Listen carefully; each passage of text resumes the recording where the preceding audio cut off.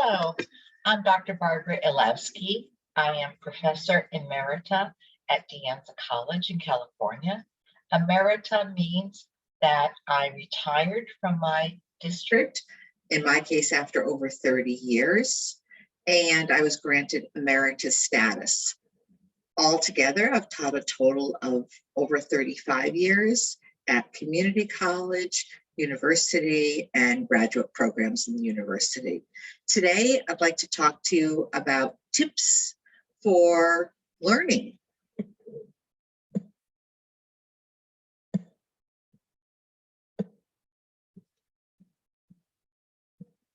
You can see that I have my email address and my Twitter handle there. If you'd like to get in contact with me, please feel free. Most important thing, very most important thing, is that the only way you can learn mathematics and statistics, and I include statistics because I'm a statistician and taught statistics all the time that I was at De Anza, is by doing the content. So it's not like other courses and disciplines where you can read the material and say, oh yeah, I get it. For mathematics, statistics, you actually have to sit there with your pencil or pen and work out the problems in order to be able to learn the material. I'm giving you tips that I've shared with my students over the years and also ones that worked really well for me. If you have other tips that you think worked really well for you, please send them to me. I'd love to learn more tips. First of all, I've found that for me to study, and what I tell my students is to find a consistent place. For some people, it might be your bedroom. I was always too distracted. For other people, it might be the library, park. For me, I always studied at the kitchen table. This is from high school, college, graduate school, my PhD. I had to spread out my materials and I had to study there. And I gathered all of my materials together.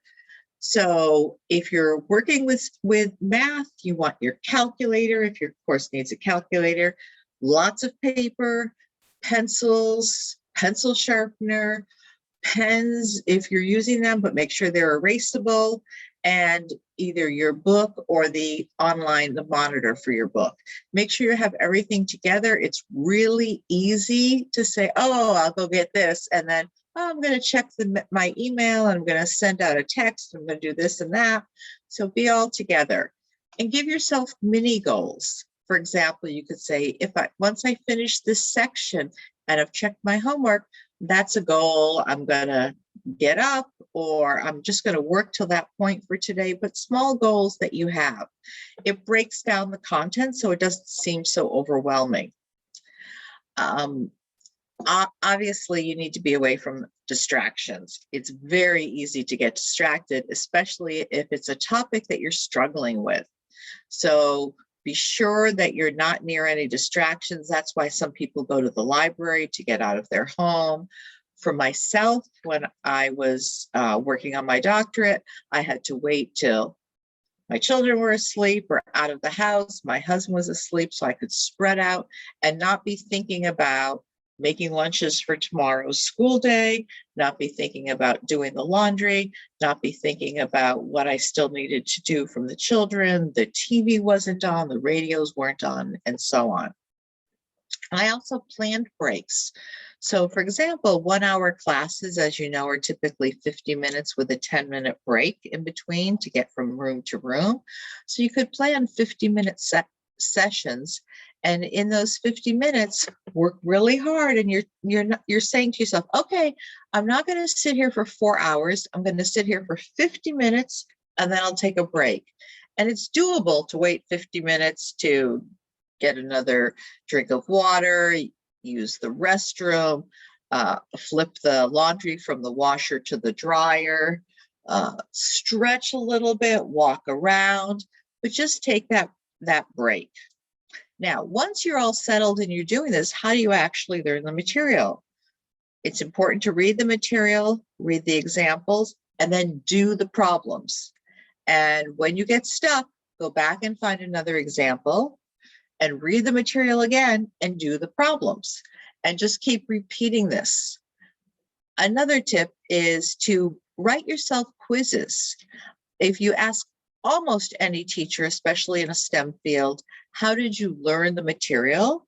Most of them will say, I really learned it when I started to teach it. And when I had to write exams and quizzes, boy, did I learn the material, because I had to write something that made sense. So, and I used to do this, and it was successful for me and my students. I would have them bring in the quizzes that they wrote for themselves. Give yourself a quiz and write the problem, and you'll start to learn a lot more.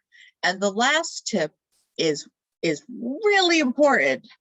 Your instructor is there to help you. We sit there in our offices and we're like, please, please come and visit us. Please come and ask us questions. We want to get to know you. We want to learn more about you, and we want to help you. And we're the ones who will be writing the exams. So come to us. We know the style and so on that'll be important for you. Office hours are not for us to just sit there and read our email and do our own work or answer phones. Our office hours are for you to come and visit us. Well, I hope these tips have been helpful for you. Thank you very much. If you have more tips that you think I should be including, feel free to email me. And I wish that you have great success, that you do really well, you reach your educational goals. Thanks very much.